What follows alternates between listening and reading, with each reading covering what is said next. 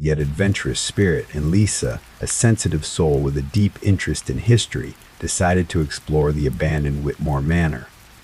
The locals spoke of strange occurrences, flickering lights, disembodied whispers, and shadows that moved on their own. Intrigued by the tales, the trio packed flashlights, snacks, and a camera, eager to document their adventure.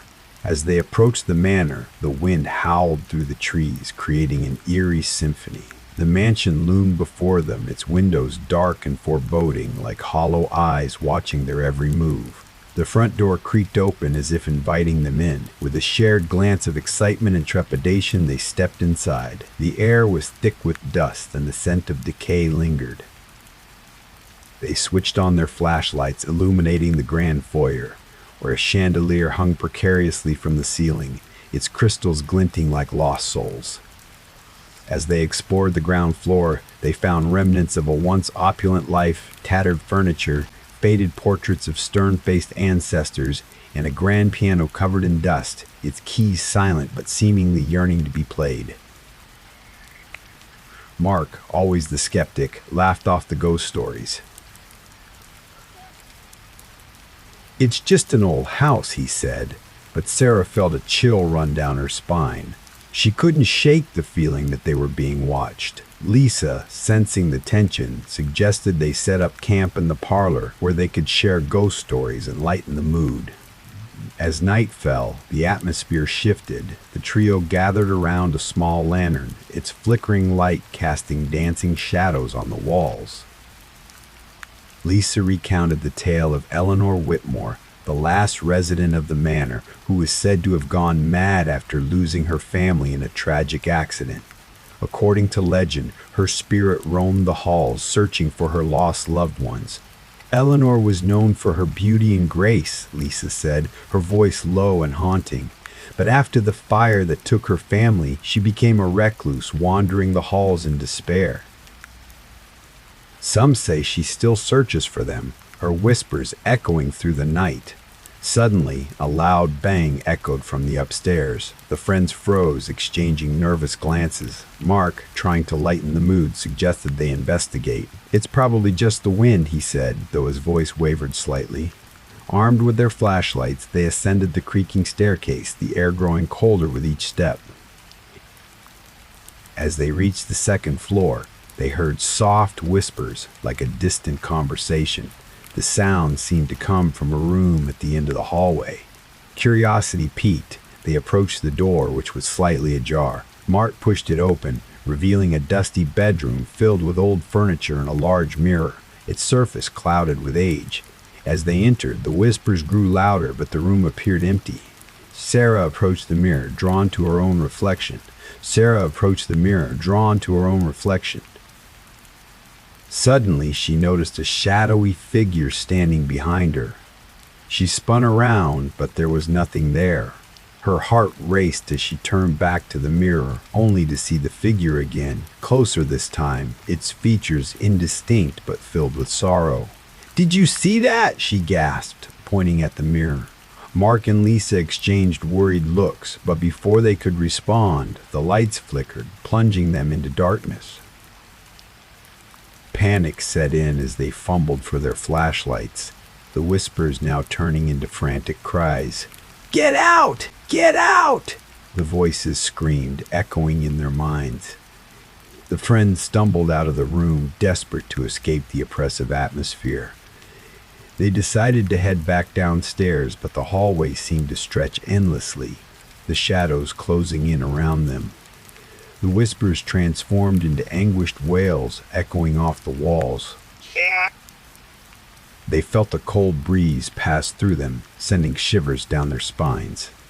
Finally, they reached the staircase, but as they descended, the steps creaked ominously. Suddenly, the door slammed shut behind them, trapping them inside. They rushed to the windows, but they were sealed tight. Panic turned to terror as they realized they were not alone. A shadowy figure emerged from the darkness, its eyes glowing with an otherworldly light. It reached out towards them, and the friends screamed, scrambling to find a way out. In their frantic search, they stumbled upon a hidden door leading to the basement, its handle cold and rusted. The basement was damp and musty, filled with old furniture and forgotten relics. As they explored, they found a journal belonging to Eleanor Whitmore. The entries revealed her descent into madness, filled with despair and longing for her family. The last entry was chilling. "They are coming for me." I can hear them whispering. I must find them before it's too late. Suddenly, the temperature dropped, and the whispers returned, now clearer and more insistent. Join us, they echoed, wrapping around them like a suffocating blanket. The friends felt an overwhelming sense of dread as the shadows began to swirl around them, forming ghostly figures of Eleanor and her family, their faces twisted in sorrow.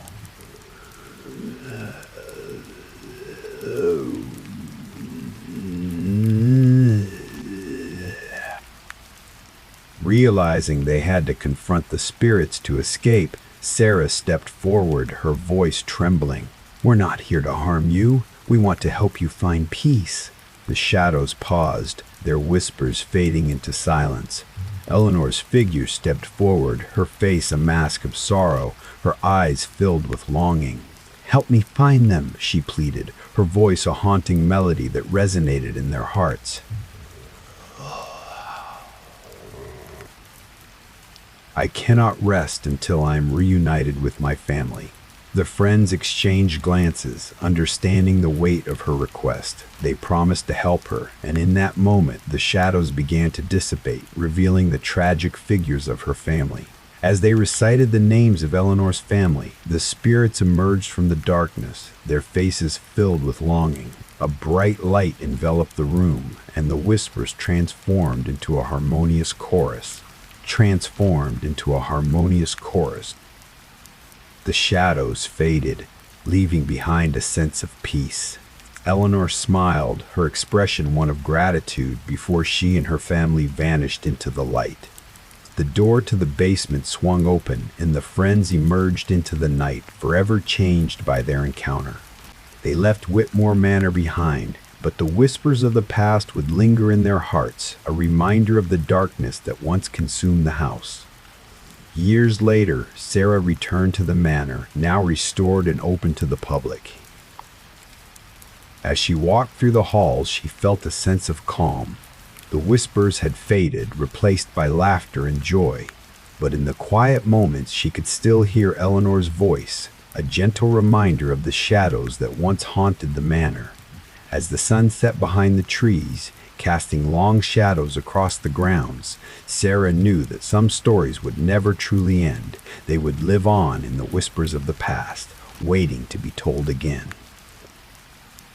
She decided to document her experience, writing a book about the manor and its tragic history, ensuring that Eleanor's story would never be forgotten. In the end, Sarah, Mark, and Lisa became advocates for haunted locations, helping to preserve their histories and the stories of those who once lived there. They often returned to Whitmore Manor, not as frightened explorers, but as friends of the spirits, sharing their tales with visitors and ensuring that the whispers of the past would continue to echo through the halls, a testament to the enduring power of love and loss. The Haunting of Sleepy Hollow Inn. It was a crisp, chilly October evening when three friends set out on what they hoped would be the perfect weekend getaway. Max, Zoe, and Benny, inseparable since college, had been craving an adventure, something delightfully spooky to break their routines. And that adventure was to the Sleepy Hollow Inn, a place with a reputation that was equal parts eerie and downright ridiculous. The inn, nestled deep within a labyrinth of whispering woods, had been closed for years, shuttered under layers of legend and gossip. Townsfolk spoke in hushed tones about the mischievous spirit who dwelled within. Jasper, the inn's original proprietor, who had an uncanny knack for pranks and a wicked sense of humor that apparently survived even death. As the trio navigated the winding road, The sun dipped beneath the horizon, and a thick mist curled around the trees like ghostly fingers reaching out. Max's eyes sparkled with excitement as the outline of the old inn finally emerged through the fog. A sprawling, peeling Victorian structure that looked like it belonged in a haunted movie. The porch creaked beneath their cautious footsteps as an abandoned swing danced slowly back and forth in the damp breeze. From the edge of the forest, an owl hooted, the sound echoing eerily off the walls. It was the perfect mix of unsettling and magical. Max turned to his friends with a grin. "Welcome to your nightmare, or maybe your dream. Depends on how brave you are." Zoe shrugged, her breath puffing in clouds. "I'm more curious than scared. Let's just see what secrets this place holds." Benny swallowed nervously, clutching his flashlight like it was a lifeline. "As long as whatever's here doesn't drag me under the floorboards, I'm good." Inside, the inn was a living museum of dust and memories. The heavy scent of aged wood and forgotten mornings lingered in the air. Their flashlights pierced shadows that flickered as if alive, dancing along faded wallpaper patterned with curling ivy and strange shapes that teased the edge of sight. Tattered chairs and cracked tables told stories of generations past.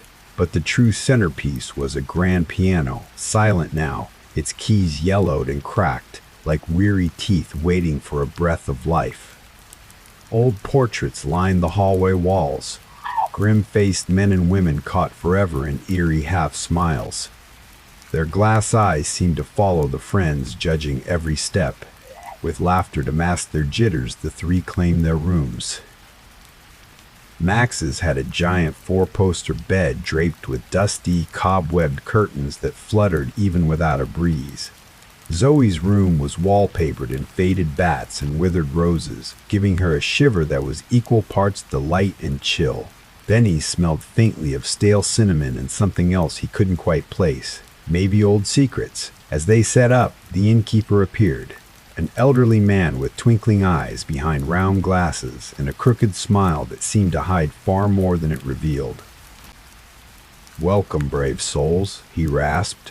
"You'll quickly learn that Sleepy Hollow's not just any inn. It's got a resident, Jasper, a mischievous soul who loved tricks nearly as much as he loved this place. Don't be alarmed by his antics, he prefers laughter to scares."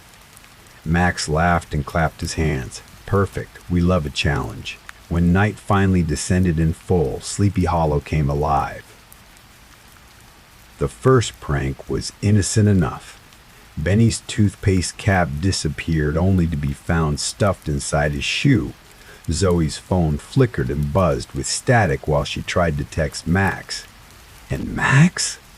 He heard a faint chuckling at the end of the hall, soft whispers teasing the edges of his attention, but when he looked, there was nothing but the shadowy hallway staring blankly back. In the bathroom, the bathtub began filling all on its own, the ancient faucets turning with a sigh no one could see. Then, just as Benny was brushing his teeth, the dusty record player in the lounge kicked on, blaring out a lively polka tune that echoed through the silent corridors. The absurdity made the friends laugh, even as a nervous chill ran down their spines. "Hey, Jasper," Max called into the shadows. "You got our full attention."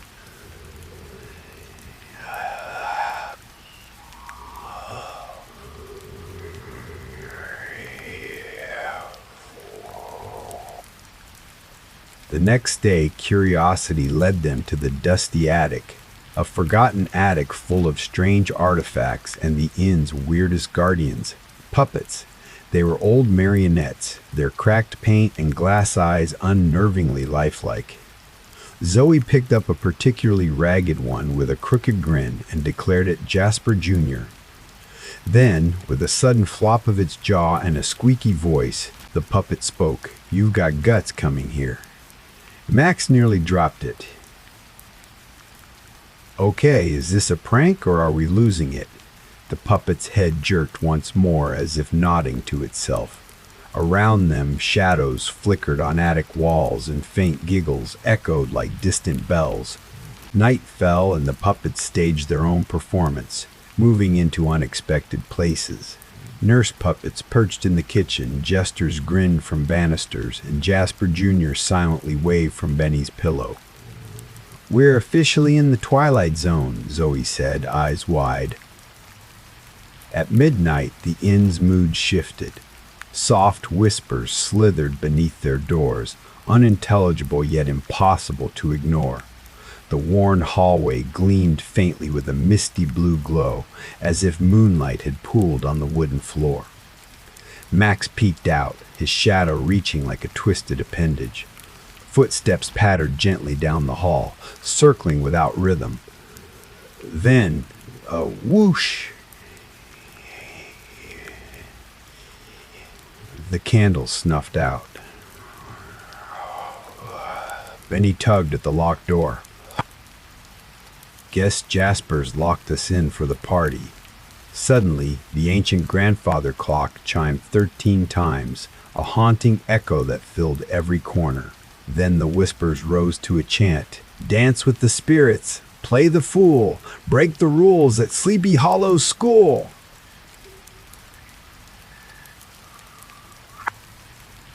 There, swirling like glowing smoke, appeared masked figures in spectral finery. Ghostly guests ready for Jasper's midnight masquerade. Jasper himself swept in, tipping an invisible hat and flashing that crooked grin. "Welcome, let the dance begin." Whirling music lifted the trio as they floated, spun, and glided across the floor, feet barely touching the time-worn boards. Laughter bubbled up, dizzying and delirious. Or have we become part of the story? Benny laughed until tears streamed. "Best Halloween party ever," Jasper's voice echoed softly. "Forget your troubles. Laugh, dance, and live a little longer." As dawn threatened the horizon, the guests faded to faint, shimmering wisps. The music dimmed, and Sleepy Hollow drifted back to quiet. Morning washed in soft and golden. The inn looked ordinary again, silent except for the gentle creak of settling boards. Silent except for the gentle creak of settling boards. The puppets sat quietly. Jasper Jr. perched atop the breakfast table, waving a quaint wooden greeting. The friends packed, fatigue and joy mingling. Max smiled. Who knew hauntings could be so much fun? Zoe nodded. A perfect mix of spooky and silly. "I'm coming back next year.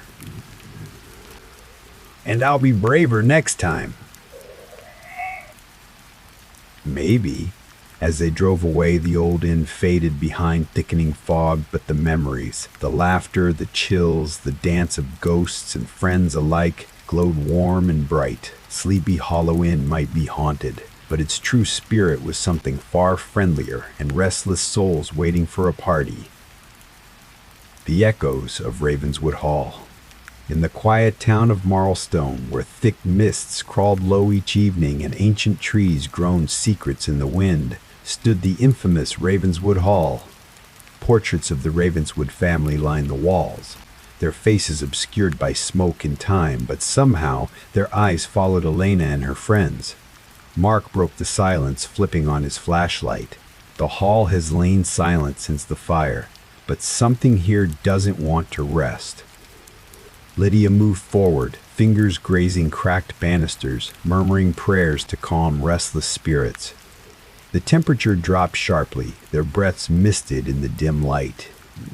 Suddenly, a soft scraping echoed from above. The group froze. Elena swallowed, forcing a confident smile. Probably a rat.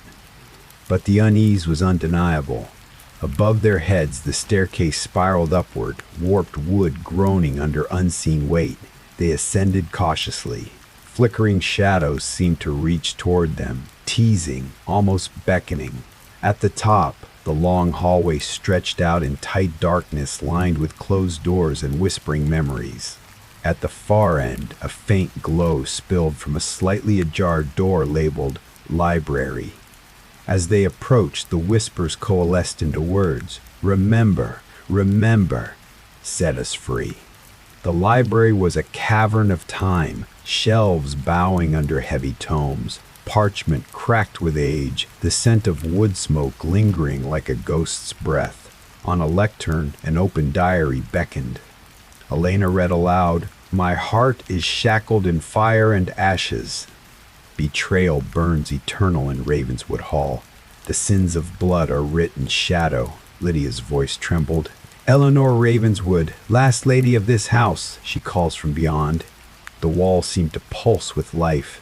The large windows rattled, though no wind blew. Shadows pooled in corners, coalescing into vague, agonized shapes. Suddenly, the door slammed shut, plunging them into dark silence.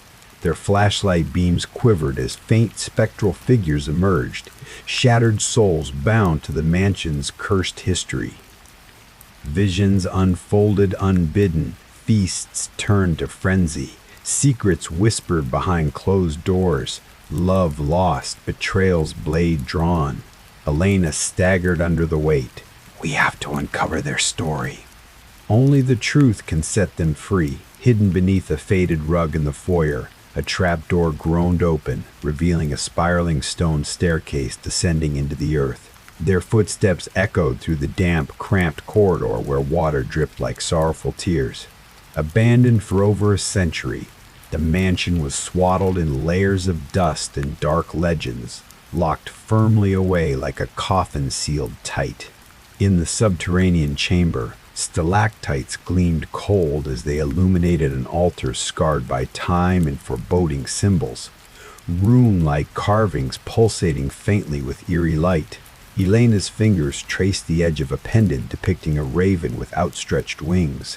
It thrummed coldly in her palm. Then the chamber erupted in voices, wails of torment, angry, pleading. Ghostly hands clawed at the air, desperate to escape the prison of flesh and stone. The trio clutched one another, courage flickering but unbroken. Mark pieced together a haunting tale from fragmented letters and worn journals. Lucas Ravenswood, Eleanor's brother, had schemed greedily, poisoning kinship with envy and violence. To save her beloved from his cruel designs, Eleanor bargained with a shadow spirit, binding herself and her family to a cycle of endless suffering. The curse condemned Ravenswood Hall to eternal darkness, trapping souls in restless limbo. As the truth sank in, the house convulsed, walls bleeding shadows, ceilings groaning wildly. The spirits unleashed their fury, swirling tempestuous and fierce. But Elena's voice, clear and steady, cut through the chaos. "We will end this." With trembling hands, Lydia began the incantation, channels of light weaving between ancient words. The pendant flared, casting long, cleansing beams. Spirits shrieked and surged, but Elena's resolve held firm. Bound no longer, the tortured souls lifted in a swirling storm of grace and release. Light filled the chamber, bright as dawn's first breath, and then silence. Sunlight spilled into Ravenswood Hall, chasing shadows and ice. The house seemed to exhale, old wounds healing. The portrait's eyes brightened. The air softened as if freed from centuries of grief. The story of Ravenswood, once buried in ashes and silence, was finally heard. Elena, Mark, and Lydia emerged changed, witnesses to truth and bearers of peace. They left the manor to the morning mist, the echoes behind them faint but finally at rest. And in Marlstone, the tale of Ravenswood Hall took its place, no longer whispered in fear, but honored in memory. Elena, an investigative journalist with a taste for the mysterious, received an unexpected letter, handwritten on parchment, sealed with black wax bearing the mark of a raven. The letter's message was simple but unnerving. Come. The truth of Ravenswood Hall awaits those willing to face it. Seek justice for the forgotten. Curiosity and a hunger for breakthrough stories pushed Elena to Marlstone. She convinced her companions to join her. Mark, a reserved historian with encyclopedic knowledge of local lore, and Lydia, a calm and mysterious medium whose empathic talents connected her to the unseen. Their journey unfolded under a bruised sky, driving along narrow country lanes where shadows stretched unnaturally long and owls called their baleful warnings. As Ravenswood Hall came into view, its silhouette twisting grotesquely under the dying light, a shudder ran through them all.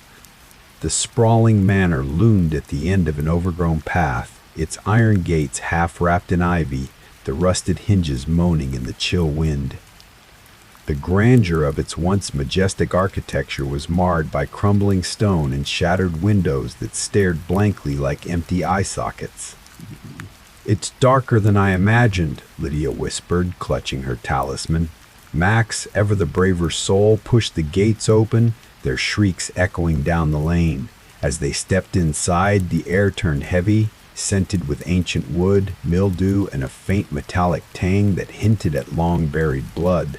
The foyer was vast yet stifling, cobweb-draped chandeliers hanging from cracked ceilings, the marble floor hidden beneath layers of dust and broken glass. The haunting of Grumblewood Hollow, nestled between dense forests and gently rolling hills, was the town of Mistvale, a place where time seemed to slow and secrets dug deep. Mistvale was a town stitched together by stories, some charming, many odd, and a few downright chilling. The most talked about tale was that of Grumblewood Hollow, a stretch of woods that locals regarded with equal parts fear and reverence. The story went that old man Grumblewood, a reclusive hermit from centuries past, lived and died.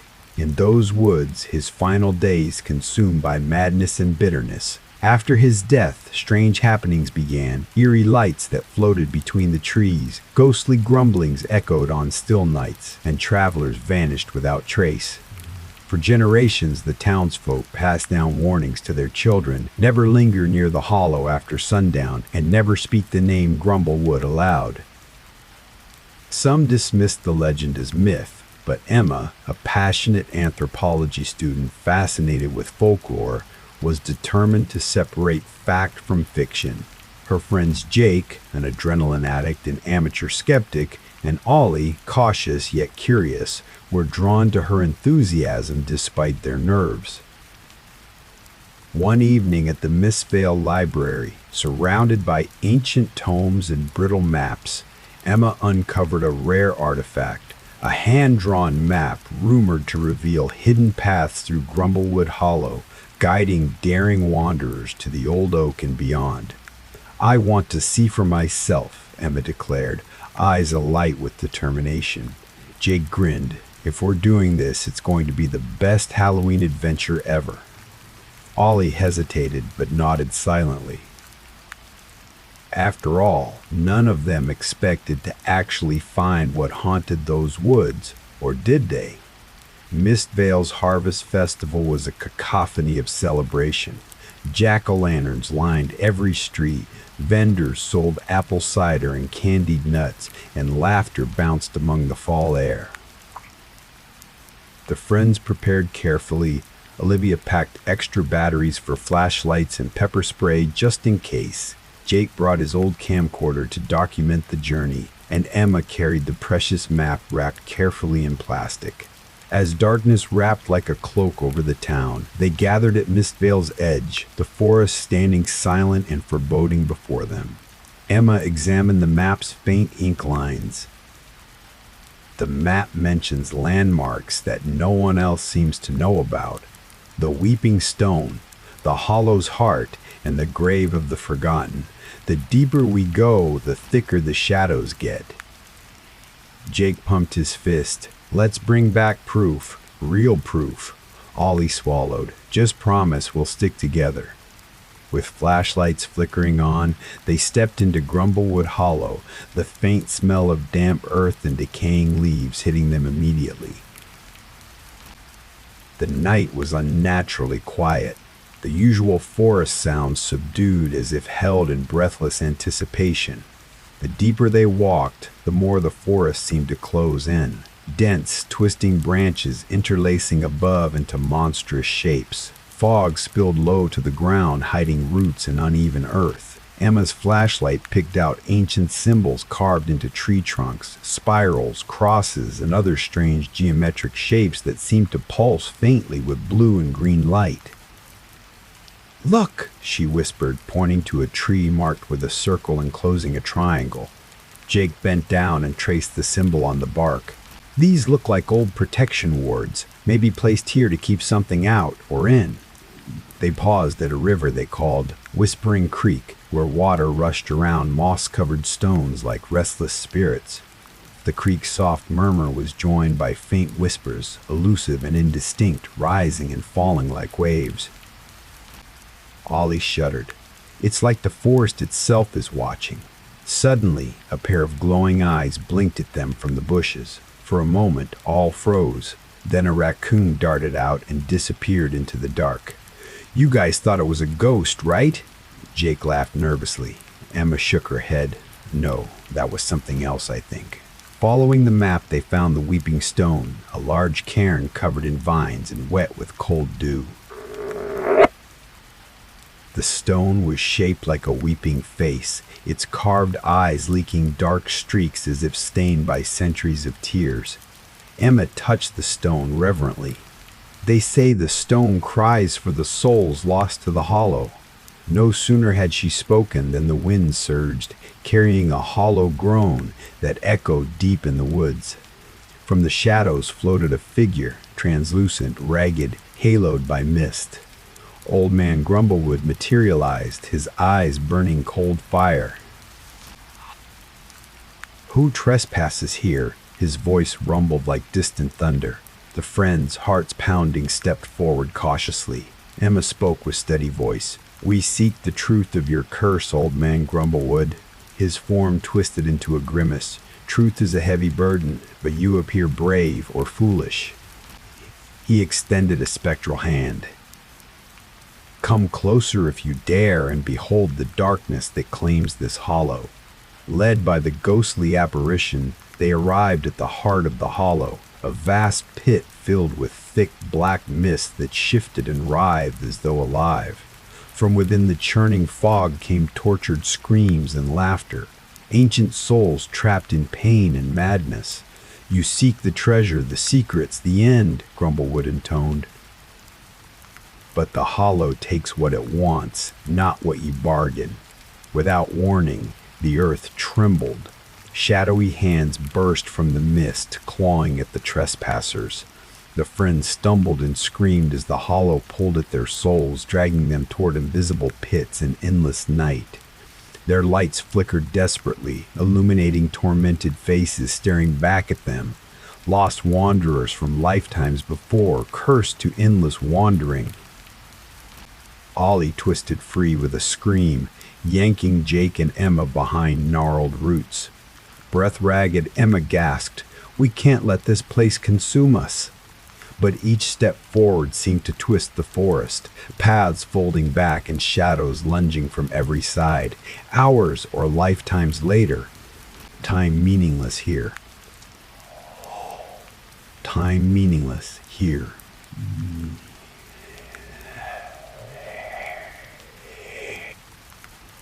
Grumblewood appeared once more, but his face was changing, growing darker, more hollow. His bitterness now a storm ready to break. "You have sparked the hollow's fury," he warned. "No light may break its chain." The friends looked to the sky, but moon and stars had vanished, replaced by an oppressive blackness alive with malice and whispers. And then the laughter began, dry, mocking, and endless. No happy dawn, only the hollow's eternal night, trapping souls forever in Grumblewood's unforgiving grasp. The shadow of Black Hollow Mist Vale was a town forgotten by time, nestled between endless forests and rolling hills where shadows never fully lifted. The locals kept their distance from Black Hollow, a stretch of wood that swallowed light and hope. Fog slithered between sinister branches that seemed to claw at their skin. Every step seemed doubled. shadows flickering where there was no light. Their flashlights created pinpricks in the blanket of gloom.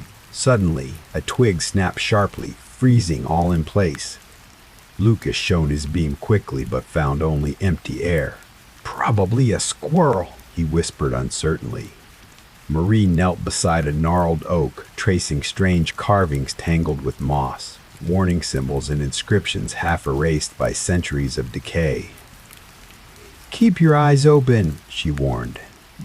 The forest watches. The deeper they went, rain started, gentle but chilling, and the whispers began. Soft voices riding the wind, calling names, begging for release. Ella shivered. "Do you hear that?" "There, crying." Lucas fumbled with his recorder, capturing faint murmurs that made hair stand on end. Marie's candle flickered inside her lantern. "Voices of the lost," she said, staring into the darkness. The trees seemed to lean inwards, branches bending like hand-carved claws woven tight. A sudden chill ran down their spines as a shadow detached itself from the forest floor.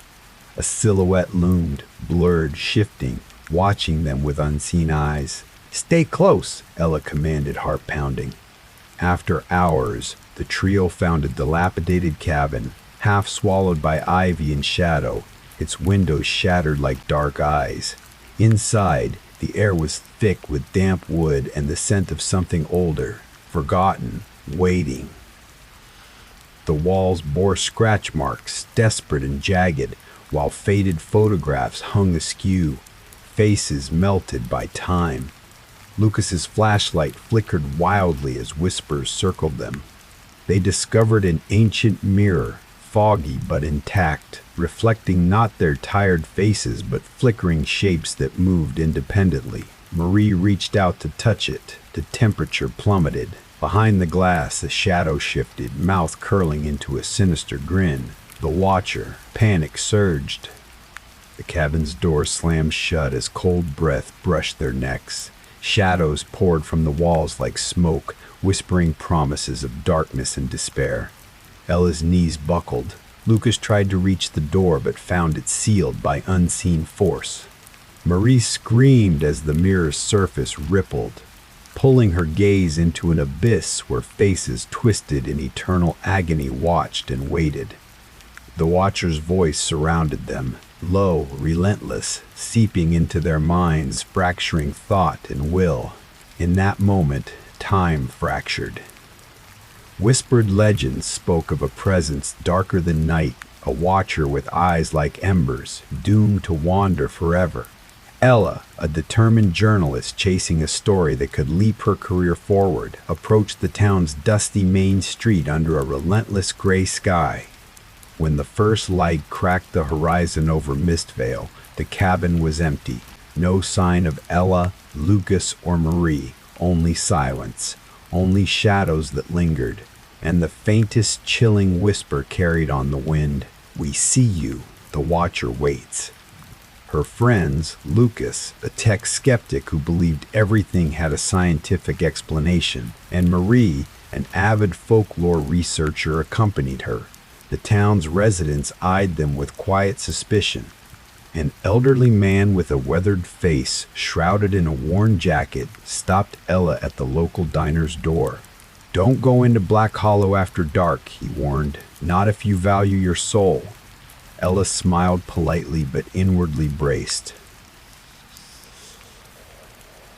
"We're set on finding the truth," she replied.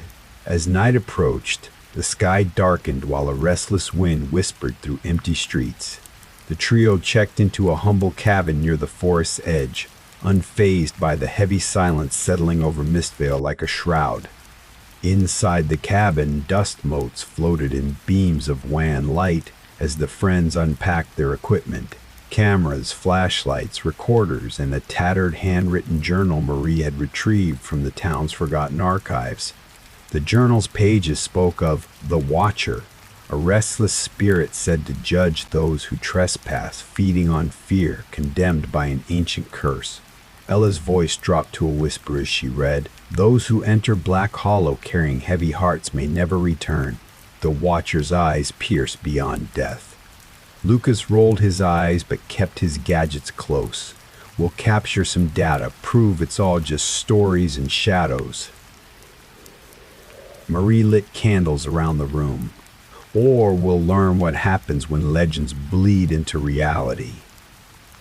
Outside, the wind picked up, rattling the window panes as the forest waited in breathless anticipation. They stepped across the threshold into Black Hollow just after sunset, the thick woods swallowing them instantly. Thanks for watching. The veil between our world and theirs is thinner than you think. Each like, each share, each subscription strengthens the connection. Feed the channel before it feeds on you.